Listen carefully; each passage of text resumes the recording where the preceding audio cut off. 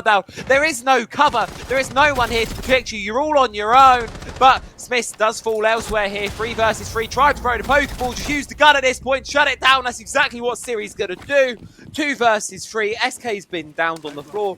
25 seconds to go. They're going to revive the player, so play the full 2 versus 3 out. But as we said, there's not a lot of time left on the clock. Diffuser is cold. There's Vulcan canisters, a mountain of fire awaiting you. And surely it's going to be UAIM getting themselves back up onto map series point here. All they need is one more round to get themselves into the grand final. As Siri swings out, Marek closes it, and it will be yet again UAIM on towards that grand final point. This was just sloppy coming out from the members of Unknown. They could have just played out that defensive round a little, that overall second floor position a little bit better. They had no one present on the upper angles. They had to clear out those roams right at the very end, mind you. And that Fenrir already got infinite value because he pulled 2 players towards him. Those 2 players could have helped out for the overall execution and just allowed the Brava to have a little bit more space. But no, that wasn't really the case. He got sloppy, and that sloppy playstyle is just reflecting on the overall scorecard as well, ladies and gentlemen. It's 6-7 here. As UAIM, they're looking to close things out. They have been a little bit shaky for the overall attack side, but now that they've gotten the blitz back on the board, maybe a blitz with a Finka boost just rushing in towards your face could be the thing that they need to close out this map. Attackers have discovered the location of a bomb. That's it. Just need that little bit of a thinker boost to close out the map. We've seen Lex do some magical things on this operator before, and they can bring just a little bit of that energy to round number 14 here. Well, we could be seeing that yet again, but it is that question, of course. We're heading into this final, what could be the final round here of the game. Or do Unknown have what it takes to bring us to 15? Because they do have the defense, the favoured side so far, but it's been a while since they've played a defensive round. It's, they've had a little bit of a break on it, so we now have to head and see if they've got what it takes to get the job done here, or whether we're going to be going the full mile. And realistically, between these two, not a lot's been separating them. There's been great moments and not some great moments from either side, but across the whole, there's been some really great individual siege here, and both these teams should be impressed with their qualifier performance. Absolutely. So even if they don't make it through this qualifier, ladies and gentlemen, don't forget we have another qualifiers present as well, which is going to be qualifiers 3. So if you don't want to miss out on any of that action, make sure to hit the follow on the Twitch to see as soon as we do go live, because there's a lot to be had here for the Voltage series. Just like the players who are not yet ready to give up, you can tell that this is going to be a little bit spicy. Coldness again, trying to play with our feelings here. He's kind of stuck on an island, needs to try and get himself out of this as quickly as he possibly can, because the players are converging onto his position. But overall shots from either side, as the members of Unknown, they have a good read on what UAIM are trying to do, but for UAIM in general, they've already opened things up. That's a big opener kill coming in for them.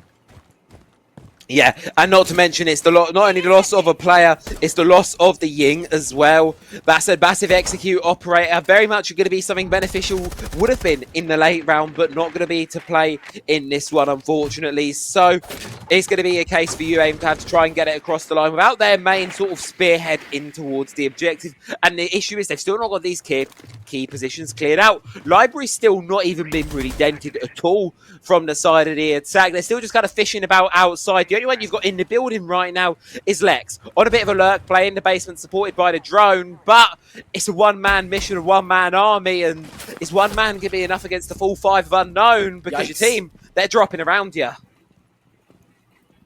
They're doing it all, ladies and gentlemen, opening up the walls, open up pretty much everything that they need to try and break into them. But it's just not going to work out in the way that you would have expected. Already a player downed out from the sidelines to try and clear out the players that are going to be playing on their own. But already it's all done and dusted over for their side. The defensive side for both of these teams are just so immaculate. It's like an iron wall that both of these teams are just flashing their head against. But the thing is, now they're ending off on the defensive side. The side where Unknown have yet to break through in a lot of these rounds. And unless they do, their run here in qualifiers number 2 just comes to an end. Yeah, and what a shame. And UAIM, well, they're going to prolong this one a little bit further. Take a tactical timeout, take a pause, take a little bit of a breather on this one, see what they can do. Just going to have that pause, just going to have that wait to see as well. 30 seconds left to go to try and sort this one out for you, Abe. There's a strategy cooking up right now in the kitchen to see whether they can bring it back all the way and whether they can get this one over the line and get their date with Panuhone. Because right now it's 5 kills for either side. That's all they need. Gonna see where they're gonna go with this one. That's for certain. You aim. Where are they heading into this? This one tactical timeout is pretty much going to be the do or die for them. They understand that they need this. But overall, needing something and being able to get it or afford it in this case is going to be a different story because Unknown, they're right in the same boat. They're hungry for this victory. They know for a fact that they need to try and get this one for themselves. Because unless they do, all that fighting, all the hours that you invested into qualifier number 2 is going to be down the drain. Yeah, that's a concern. That's the thing, that it could be such a detrimental thing. You know, it's all of this effort and one round. That's it. What this next 3 minutes and 20 seconds is going to be the deciding factor of whether you play Panuhone for the lion's share of the points tonight or whether you're going to be going home. Because by getting to this point, just for the grand picture, by getting here 50 points in the bag. If you win this game, you've got 75 in the bag. If you win the grand final, you're doubled up, you've got 100. So you could effectively double yourself by winning this next round and 7 more in the following game. But one of these teams, they're only going to get that 50, and it's now 3 minutes to decide which one of that it's going to be. And to see where they're going to go with this one. But overall, not really the end of the world, I would say, for both of these squads just yet. They still have the time. They can take the thing slow. They have a Flores and a Thermite going in for them with the Osa, so what's the game plan here for them? Because this is a very interesting setup overall for the members of Unknown, but with the Maverick being utilized as well. There's a lot of options here. I mean, I think the Maverick there, obviously the 2-Brow has been banned out, but that means Cade Bandit still on the board. While not being brought in this round, certainly UAIM could look to try and block those walls, so maybe just use the Maverick there to try and keep things going. Because I think on Unknown's attack, pacing is a common issue, and some of these runouts, but luckily for the sake of Unknown, no one is going to be found from that one. Walking away scot-free. 5 versus 5, a minute into this final round here as Chalet forced out of position now. It's Lex playing up close by half wall and starting to feel the pressure. Imagine if someone was playing from that vertical position. That would have been really funny if the kill did happen. But overall, they have cleared out a bunch of the utility here from the different sidelines. The shots being invested here as the Ulcer shield to just cause even more pressure from this overall breach. As the okay, you gotta hate this. Pulls out the torch, you can just tell. Just takes the evil eye. Yoshi's just had enough at this point. Yoshi's just had enough. And SK Wells had enough of this matchup. They're taken out of this one, unfortunately. Star player so far. And for Unknown, it's all crumbling to pieces right now. 2 players down, a 3 versus 5 situation. You've got the Ulcer shield, and there's no means of explosives on the defense, so it should remain up. But now comes the hard part. How do you then capitulate on this map control? How do you get this into a plant that you can win? Well, it starts with something like that. Goldless getting the kill onto Lex, buying a bit of breathing room, allowing this diffuser to be going on down. The drop shot doesn't work. Vino finds another one back. It's Kit's down. 3 versus 3, 40 seconds to decide the fate of this game. They need to go in for a big flank, though. Anyone that comes in from the opposite side of the stairs is going to be the ones who are the winners. Good couple of shots over from the sidelines, but never mind. Unknown, they're turning this one around and bringing it on its head because of the diffuser going down at that exact moment. No one was on the bottom floor to try and even go in for the floor shootout. And this is where they take this loss, ladies and gentlemen. Unknown, they're going to be the ones to fight tooth and nail, going in for that comeback, going in for that overtime, and shutting down the members of UAIM on this defensive side. Finally, the cracks started to show, and good games are called out in the chat because we have our second finalist, ladies and gentlemen, and it will be none other than Unknown. Unknown versus Panyuhone. That one is almost set to be an absolute banger. All-time classic here in this one, and hopefully not too much longer to wait for it. We need a little bit of a break, as do the players. So before we get into the grand final, our final best of one series of the day, we're going to have to throw it away. But before we do, just what an incredible game that was from, Unknown just barely getting it across the line into overtime. I mean, I ran out of hope of them for a second, but they get the job done. They get into overtime, and now they've got just 7 rounds away from taking the championship. The only thing that stands in between them, that is Panyuhone. And to find out the result of that game, well, we're going to throw things to a break, but we'll be back with our grand final in just a couple of minutes. Control. Dance. Life. Control. Dance. Life. Control. Dance. Life. Control.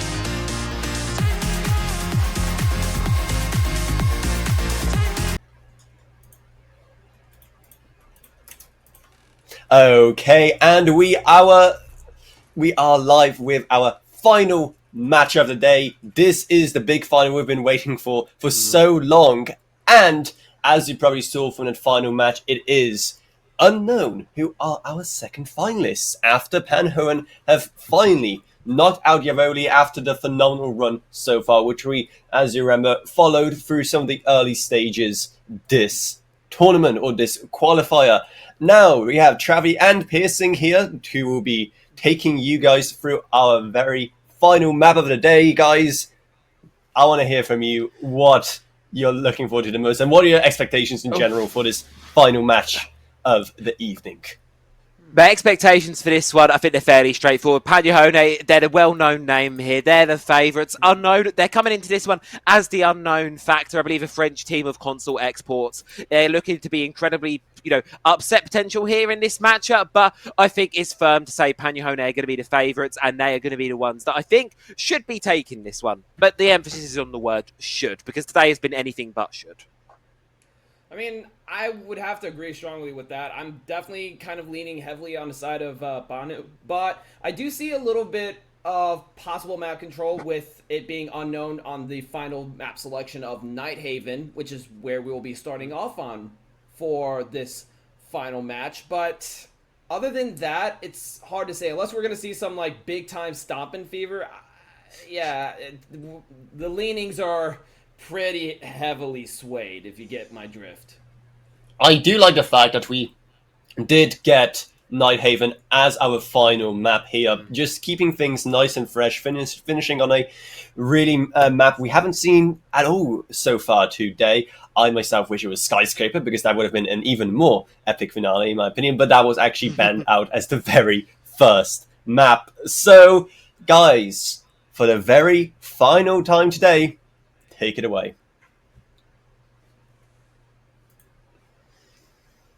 And thank you for that one, Verona. One last game, Piercing. One more. It's 7 best of ones today. It has been a very, very long afternoon for some of us here, for the players as well. And it all comes down to this. Lion's share of the points are on the line right now. Panhone versus Unknown.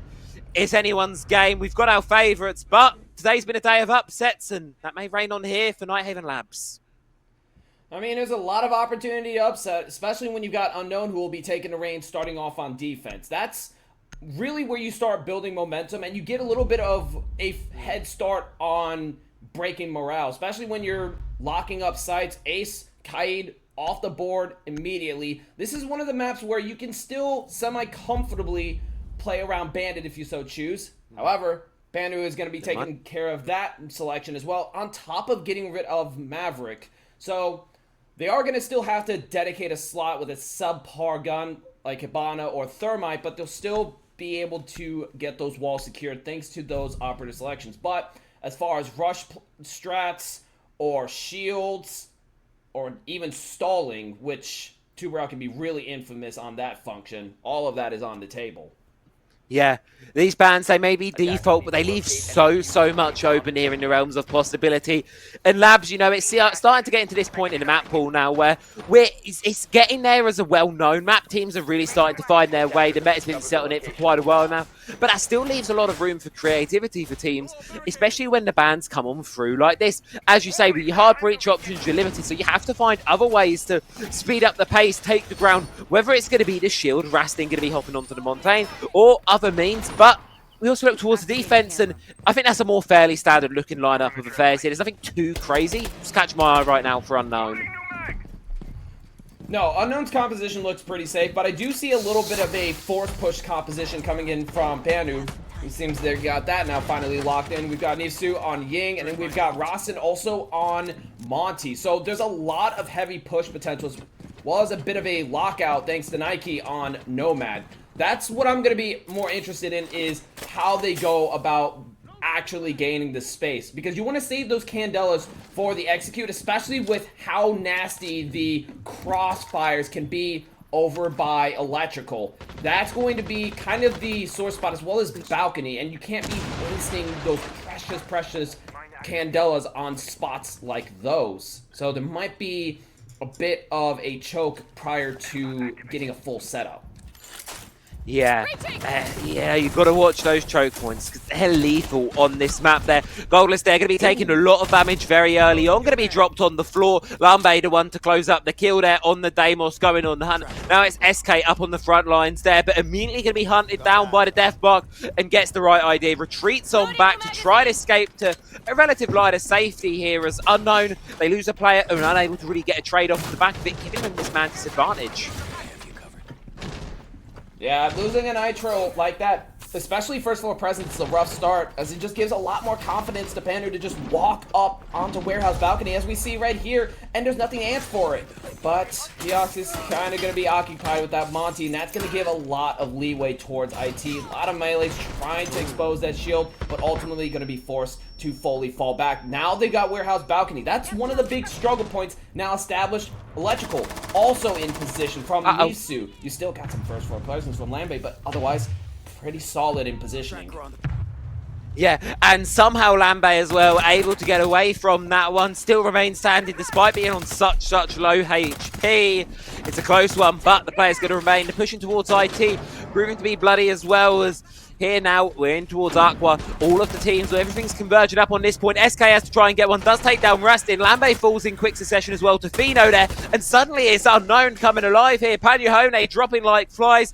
It's all down to just these last two here. Hava playing it up on the Warehouse breach, but not going to be able to hold on to it for too much longer. And now it's just left to a 1, and a 1 versus 4 it will be against an Unknown side that, while on low HP, all of them, they have flipped this round around, flipped the script, and are looking to close out their first here in the grand final. Yeah, with 28 seconds on the clock, everyone's pretty low HP. However, on crosses like that, it's going to be tough to break through. Does manage to take one, though. That's Yashiru already taken out. But again, 72 seconds on the clock. The Fuser's still in hand, but no utility remaining. Flashes are drained. All of the execute potential is out the window. But also still 6 feet under. Not a whole lot you can do in that situation, but try to make the best out of the worst. But either way, it's interesting how that round played out, because Unknown gave some really strong power setup positions to Pandu very early on, and they even suffered a first floor loss out the jump towards the hall. But despite that, Pandu couldn't really mount a solid execution. They got disrupted. I mean, you saw numbers dropping before the Candelas even began flying. So, the pushback is having a lot of impact for Unknown. Banner's just going to have to be able to retain just a bit cleaner, as well as those Nomads doing a better job in cutting off those late round flanks. That did a bit of damage too. Yeah, I think it's very uncharacteristic of a team like Panyahone to really slip away to something like that. Whether endurance is a question of it, but you have to give it to Unknown. Great positioning, great opportunity spotting to realise there are these gaps in the attack and able to take something and capitalise upon it. So they're going to make their way down towards the basement objective now with a fairly standard hold across the entire map here. Going to look to burn as much time as possible on this extension. You've got players on top, players on mid-floor, and all the way down below on the side itself, of course. So it's just going to be a case of how quickly can Panyahone work through all of this. They want to go through quite quickly, because as you can see, Nifsu going to be straight onto the blitz, going through things and just keeping things going at lightning pace. Reloading. I do kind of feel a little bit uneasy about using a blitz as an answer to force even more space. I mean, yeah, it's a faster tempo than Monty, like you said, but it doesn't fundamentally fix the same problems, which was how they rapidly started losing control of the narrative prior to the execute.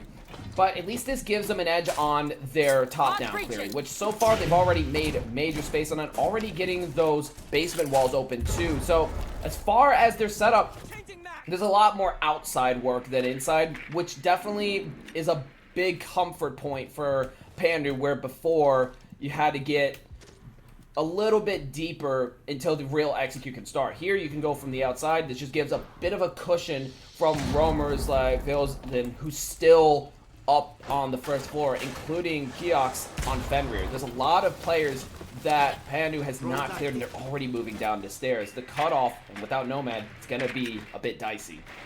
Yeah, pushing into sight directly there. It's a 50-50 coin flip whether that one's going to work or not, because you have to do it quickly. If you get caught in a stalemate trying to get in towards the objective, you're just going to be in a sandwich, and it's not really one where you want to be at that position. You probably need to deal with them, and that's the right idea. But no, Finu finds one, takes down Nifsu there. 4 versus 5, stuns go in, the Legion does retreat, but already here comes Goldless trying to come up the stairs, and look at this. All of the players of Panyu, they're boxed in right now, and Lambe and Harva, they can do what they need. Take down 2, take the man advantage back, swing it back into their favour, but you still got this issue. You still got Keox here all the way up on the top floor, and as the pressure from below mounts, C4 goes, doesn't hit its mark, and it's just down to these 2 final players for Unknown in the objective.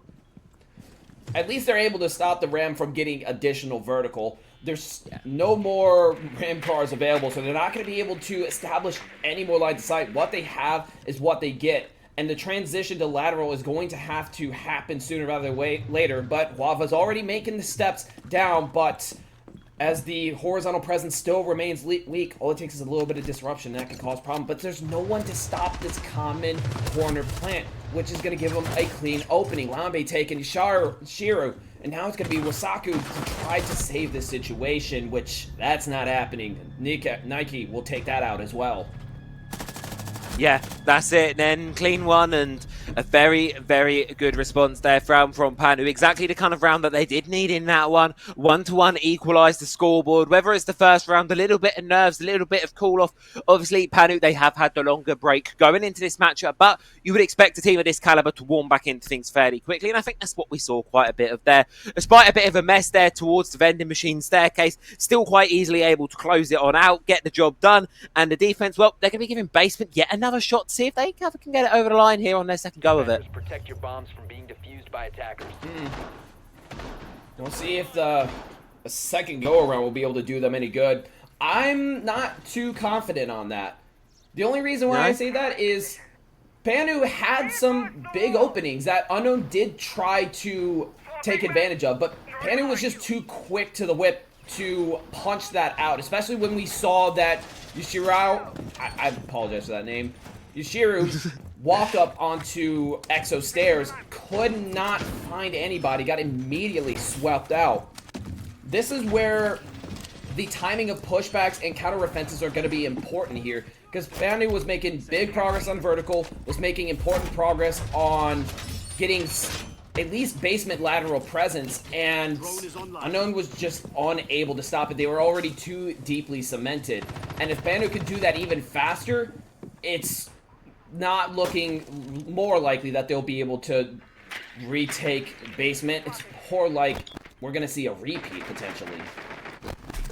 Yeah, it's an interesting one. See how this is going to shape up. A hop out here, or Loach, you got that one. Keox takes down Lambe there, and that's the kind of pick you want, because look at that. That's the Ram completely gone. Barter breaching charges in the back pocket of Harva. That's all the vertical presence that Panu can apply, completely mitigated. Now, Unknown suddenly a lot more comfortable on that objective. Don't really need to worry about this extension as much anymore. You can just play it safe, get back to the site, and wait out the final 2 minutes of this round. There, I don't want to say the job is done already, but certainly a massive, massive blow to the attack of Panyuhone quite early on here, and they're going to be hard-pressed to really find themselves back into this one. Yeah, they do have a cross on the stairs, so we're not going to see as much of that basement presence, but Lambe going down off the rip certainly is a big sting. You lose a lot of that vertical potential, but not to mention you also have Unknown, 1:45, still holding key positions to prevent a free walk-in. Though they are getting a bit of setup, this defender cross that we see between Fenrir and Valk is going to be a problem. And Panu, if they want any hopes of making their walk down, they have to deal with that. That's one element out of the way. Valkyrie now down. That's Yushiru taken out thanks to Wava. Nifsu goes down, but will be able to get the revive, but a shield is only as good as their health, and that is a big opening to take one down in a unexpected manner. So there is that volatility for safe cover on Panu. Yeah, and that's it. How does this one aggress? Really, it's all about dealing with Fenno right now. Deciding to get aggressive. Volts on in towards Lounge here on the prone angle. Completely unaware of it. Nifsu drops. The second goes as well. Fenno going absolutely massive within this round here. Rasted does find Goldless back. Makes it a 2 versus 3. However, it's a very difficult spot for Panahone right now. It's 50 seconds left to go. They've still got question marks to deal with on this first floor, let alone even worrying about the objective itself. It's a very, very tough position to be in right now on the attack. Yeah, 37 seconds on the clock. Still have to make that move down. And there's still somebody on the first floor who's given Nike a little bit of the work, the trouble. Even if he goes down, it doesn't matter for the time that's lost. Great, you took him out. Fenozin is down, but you still have only 20 seconds to make your way down. Maybe they can spot something through default with this hack. It's certainly a possibility. There may still be some defaults that are up, but it's going to be hard-pressed to leverage that with such little time. The heavy call comes out, but the hatch drop actually manages to take that one. Now it's going to be up to Kiosk to make this situation salvageable. 3 seconds on the clock. Has to hunt or go for plant. Goes to hunt, but time is out. An Unknown will be able to save that round. The roamers, they're just too much for Panu. They can't get them contained or killed. And it's such a mistake there because he had the back of the player. Could have almost brought that one back the other way. It was fine margins in that one. But as you say it, Pearson, the Roamers are just wasting too much time right now. And Panahone, some rounds, as you saw in round number 3, they chose, round number 2, rather, they chose to completely ignore them. And it got punished. They tried to deal with them directly with a blitz. It got punished. And now they're going to have an even harder time getting rid of the Roamers because the DKB, she's removed from the board. Yeah, that is a ban that stings. And to be honest, I really don't think the Mira is the right call if you're on the side of Panu. Sure, it can be a thorn on the side, but there's a lot of different counter options, and you're not usually going to find a Mira that's heavily defended with utility in such a way that you can't get an Ash Charge, a Kali, or a Twitch around the corner to pop it. There's options. But we didn't see those options really leveraged for Panu, so it seems a little bit overkill, if you ask me. But the Dekabi ban, that's a blow. Yeah, that's a big blow because, like we said before, the problem isn't so much just roaming on its own, it's specific aspects of it.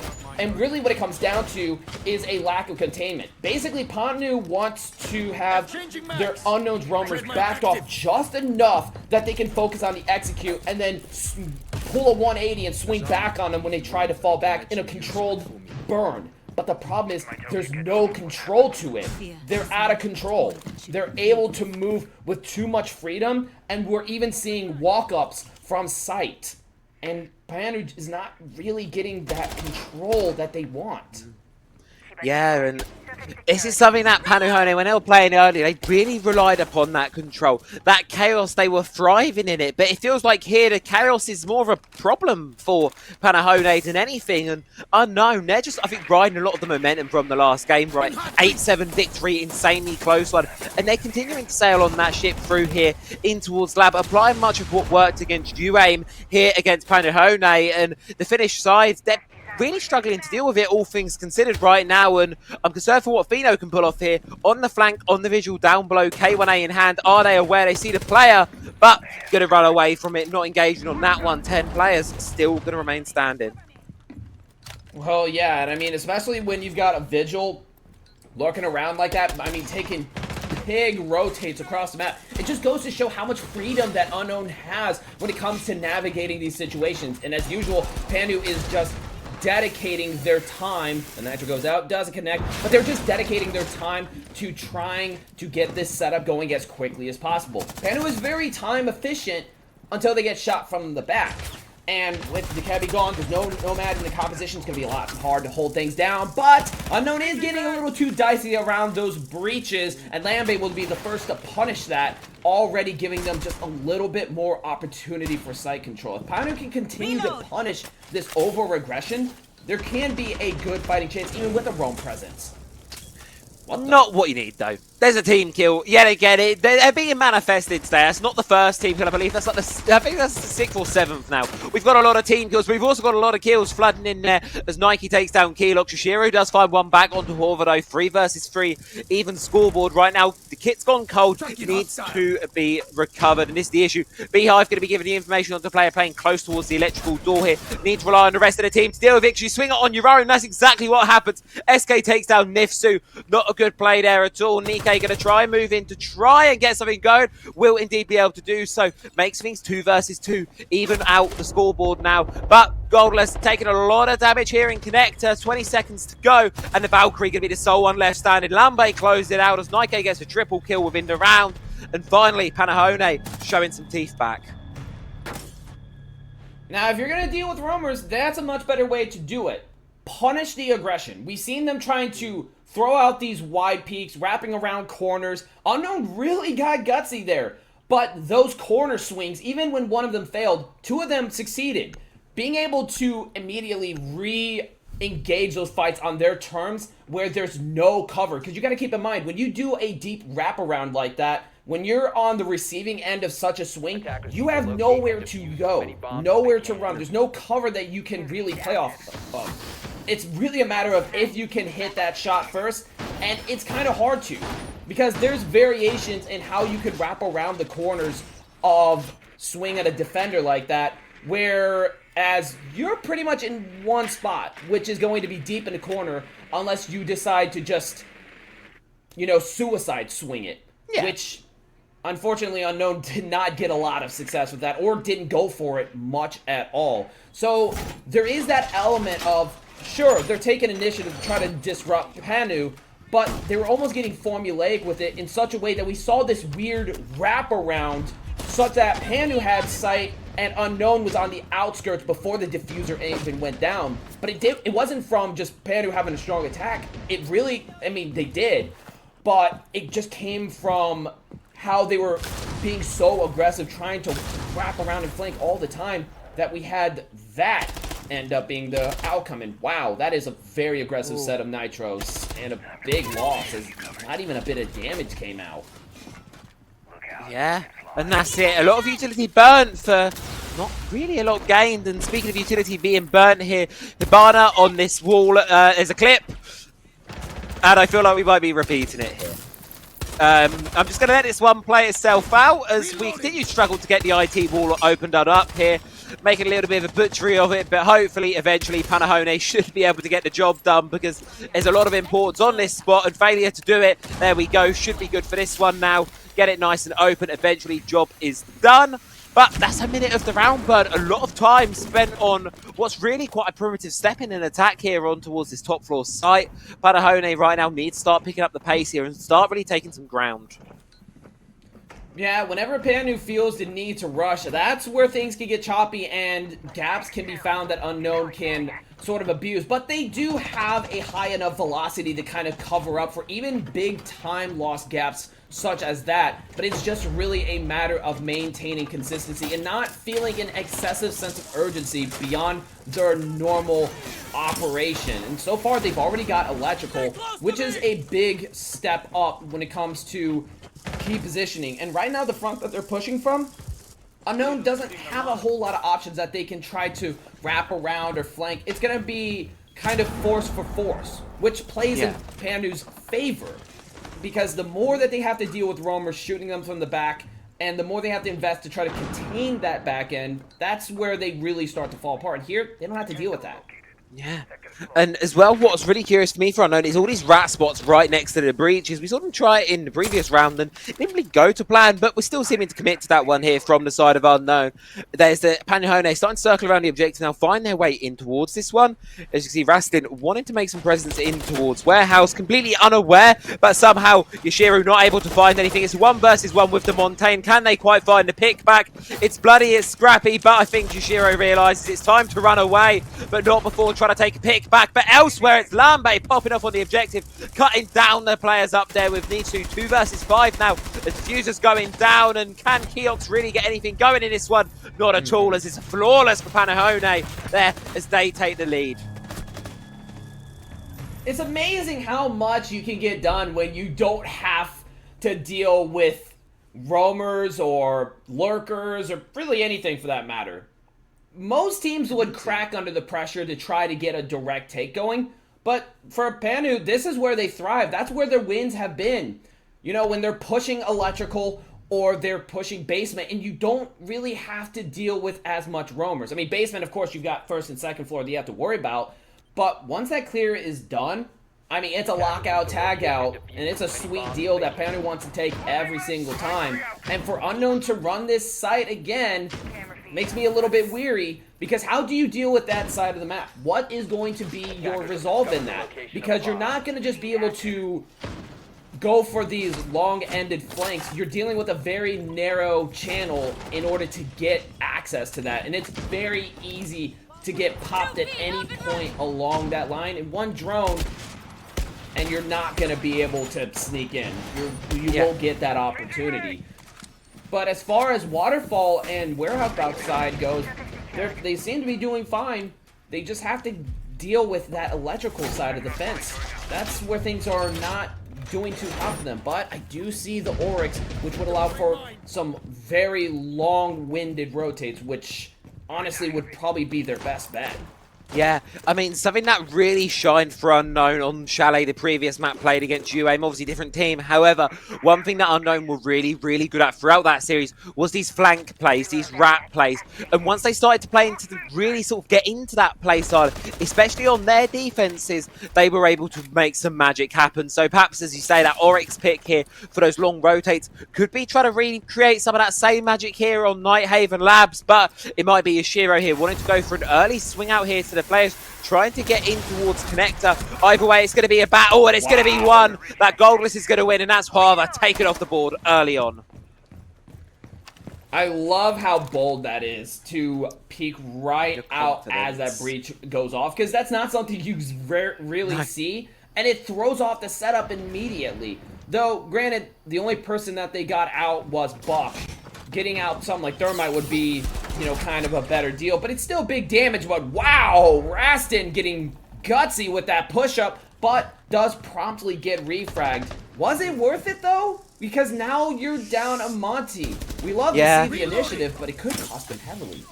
Yeah, and the equalizer really needed there from Nifsu. Takes down Fino, so at least we're 3 versus 3. Hopping towards Electrical now, but the pre-fire's coming on through. But no, Yashiro can't quite hit the shot.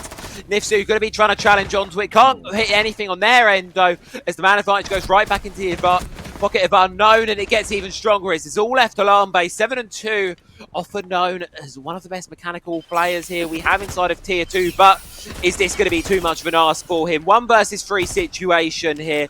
Fnat Mind can't see a thing at the moment. A minute to go to try and salvage this round. You've got 2 stunts, a frag grenade in pocket, kit's cold, and this one is going to be very difficult to pull off, even for someone as alarm-based caliber. Yeah, I mean, there's a lot of options, but when you've got those Fenrir's blocking every walk-in point, it's really hard to get a momentum going to try to save that round. And it seems like Unknown had an answer for that, and it was a very good one. Place your Fenrir's towards those electrical and IT walk-ins. It creates for a very frustrating environment where you don't have a lot of room to fight, and it gives Unknown so much space to punish and fight back intensely. Though, we still got to keep things kind of level here. At the end of the day, even though Unknown made the adjustment that they finally needed, the fact of the matter remains that Nighthaven is one of the most defender-sided maps out there.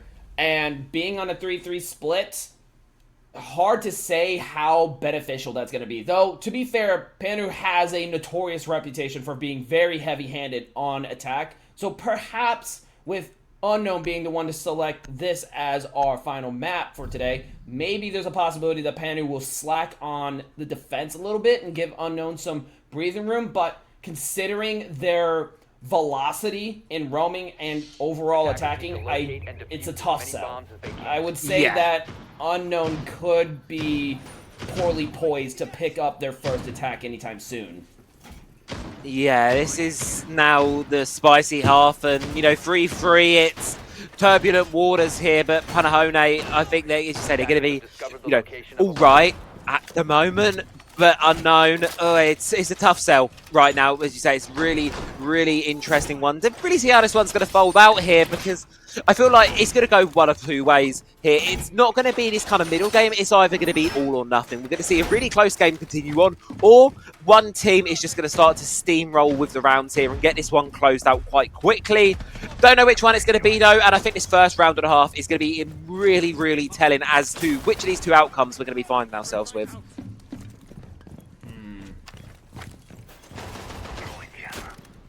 Yeah, I do wonder what kind of the direction is on Unknown. You've got Blitz, you've got Maverick, and you have Deimos, all serving three very different purposes. Maverick for ensuring that wall, but I'm going to be honest, Mute's not that much of a threat in terms of getting that wall open, though it does help to be able to throw a nade over with and poke a little hole with Maverick, but you don't even have nades.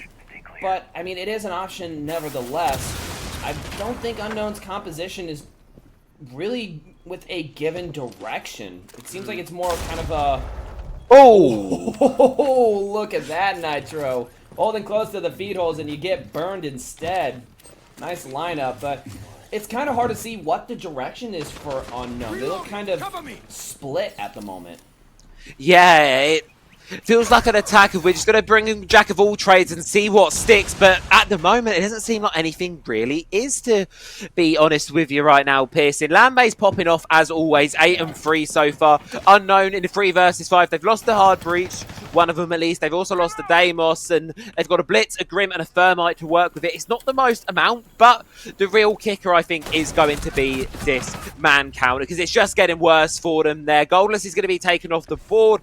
It's down to SK, it's down to Kiosk, and half around to play for. They've got some key walls open, but they're just walking into a death trap at this point, and I feel like it's only a matter of time before someone like Nike here is going to be able to get 2 massive picks, possibly one stuck in the middle right now, but still got to look to play aggressive, still got to look for these gunfights and hoping to try and close it out there. Takes one, and SK not in a spot to make a response here. Stuck outside of Electrical. What can he do?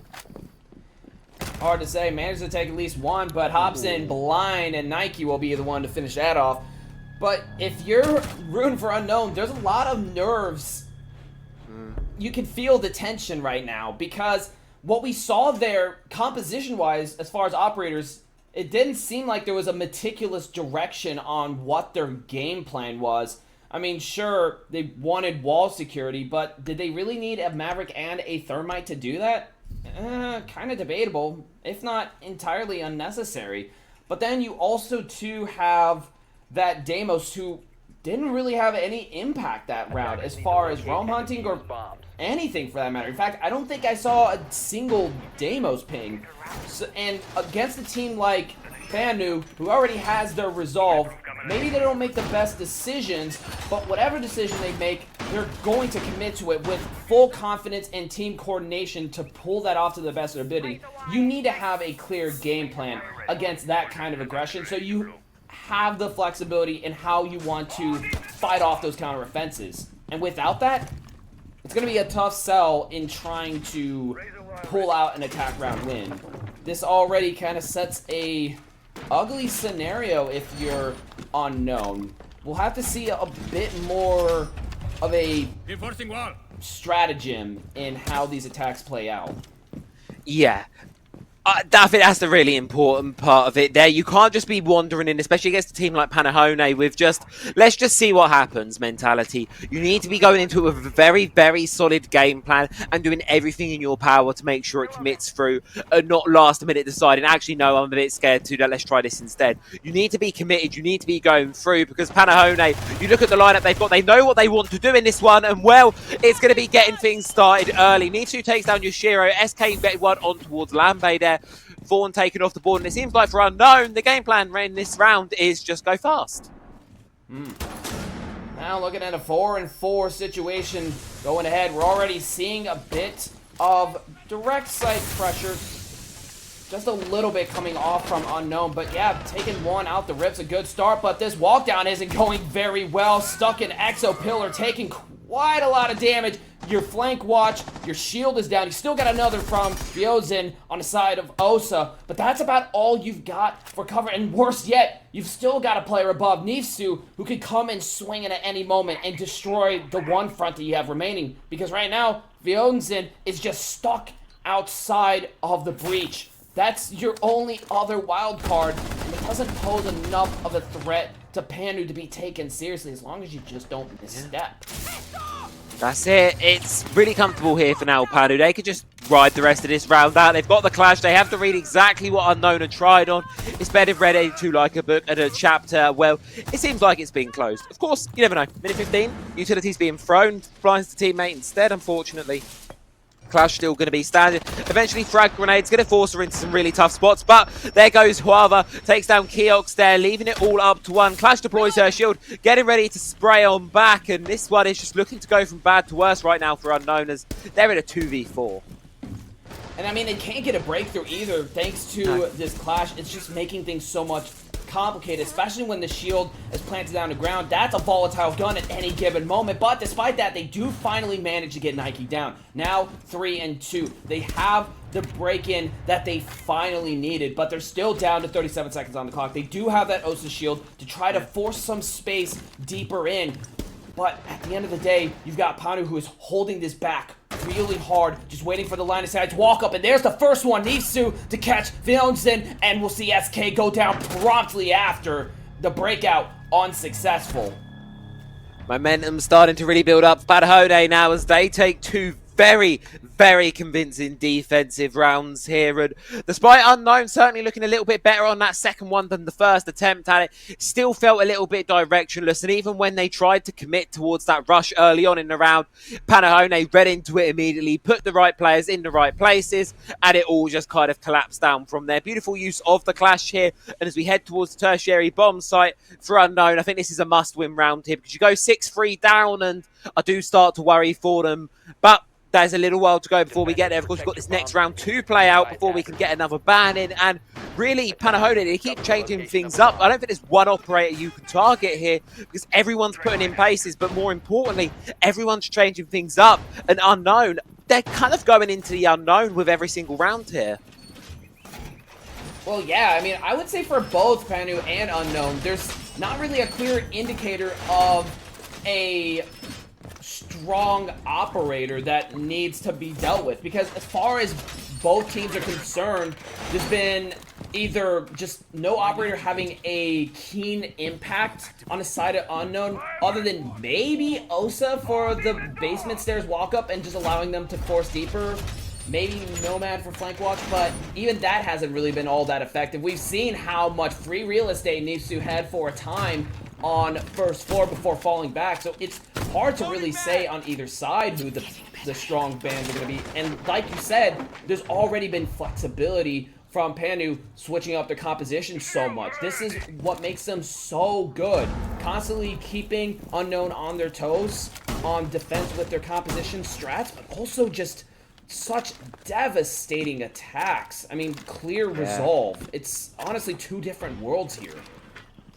Yeah, and yet again, I think Unknown, they're going to be going with the new game plan for this one. It obviously is going to be sending Goldless in on the Nook. We got a little glimpse of there. Send him in the basement there on the back of the sledge, sneaking on through, trying to get a bit of a backstab going. But is there going to be someone to pick up? Nifsu seems to be aware, and Nifsu's got the kill there. Completely impactless in this round there.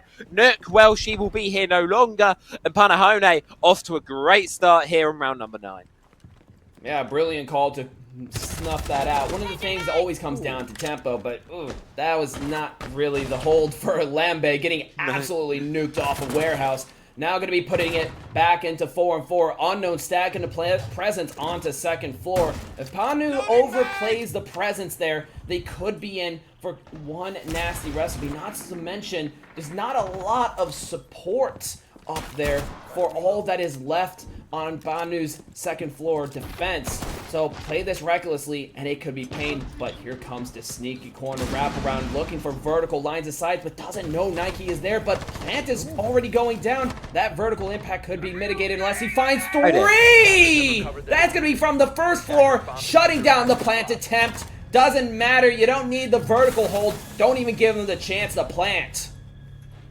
Yeah, that one was just wow. I think it's the best way to describe that. I'm like, oh, the plant's going down. There's a chance here for Unknown, and then everyone just dies around. Like, just all around, everyone dies. And there is nothing you can do in that situation. You got your face into the diffuser, you've not got a gun up. There is not a lot of way into that one. Panahode 6-3 map point now here. They're going to get to go for one final ban, but ultimately at this point for Unknown, unless they can make some magic happen here in the final quarter, it just feels like it's going to be a matter of when and not if for Panahone right now. As soon as the sides have flipped, they're on their defense. They are looking at a different level of play right now, and Unknown, they just, for all their efforts, they just can't get anything going. No, and I mean, how can you when you can't? There's just not resolve. But not to mention, it's kind of protect your bombs from a being used by almost attackers. okay. We're here, but now what type of situation? I do like how Unknown attempted to force a plant there. At least get some kind of initiative going instead of kind of a, death's fart kind of thing where it's just you kind of go out with a fart. There's not really anything too spectacular to it. Maybe a little bit depressing, but that's it. But this time they try to send it with a bang, put a little bit pressure back onto Pandu, but they got completely locked out there. Yeah. An aggressive playstyle does not necessarily indicate a site that isn't well defended. That is far from the case here. Now looking at match point, I don't really see how this can change. They do bring out the Monty to try to maybe get a breakthrough in electrical or IT, but these have been sore spots for Unknown. Just getting to those positions has been a bit of a nightmare.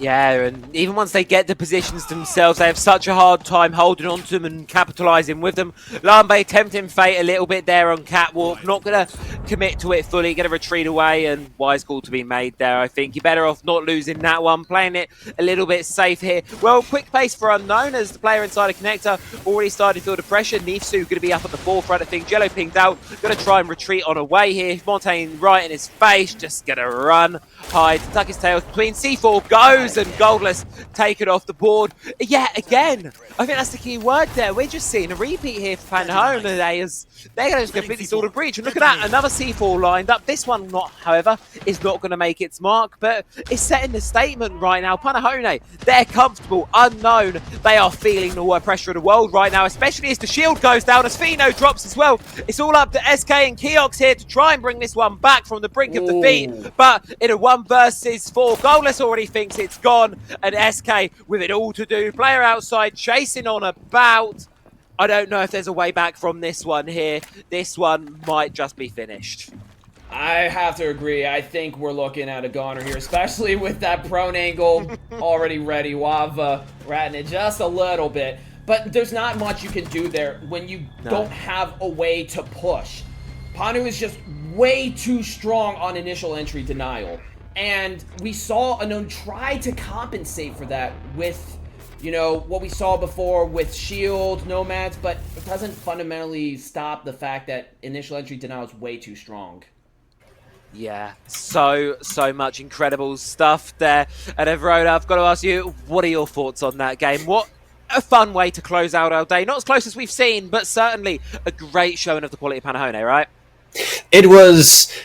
it makes me really sad we didn't see more of them, right? Yeah. That we didn't see some of the early games from them as well, because the kind of quality we've seen here, the kind of quality it takes to get to the final in the first place, it's something I really wish we saw, some of the earlier games, but what they've shown here was still, it made up for it, I'd say, because well, it takes quite a bit of skill to win the qualifier here, and they've very much done it, especially after we've also seen what Unknown are capable of in that semi-final. So I'd say after a very long day, they really earned it, given the endurance, given the skill, and given how they were able to consistently play at such a high level.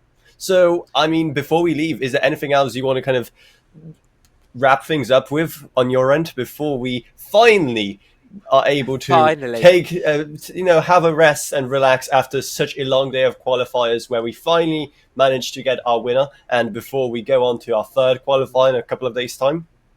Yeah, I mean, it's been a very long day. I think you hit the nail on the head there, Rona, right? I think it's just over 10 hours on the stream Yep. total, all things considered. It's been a very, very long day for us here. But you know what? The games themselves, for the most part, bar the 7-2 blip we had with Turks and Panahone, everything else has been going the distance, whether it's the brink of regulation, whether it's overtime. For the most part, we've had some really entertaining games today. There's a lot of quality here. And for me, what excites me more than anything is it's an entirely different set of teams here in the top 4 compared to last week's qualifier.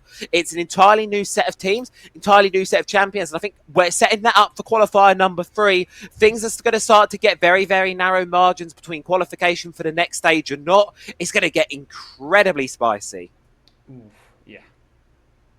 And on that note, we'll be ending off this qualifier stream. Thank you all so much for watching. Thanks to an amazing production crew behind the scenes. Thanks to the other casters that chipped in before. And that's pretty much it. So I was your host, Avrona. The casters with me were Travi and Piercing. So bye-bye for now.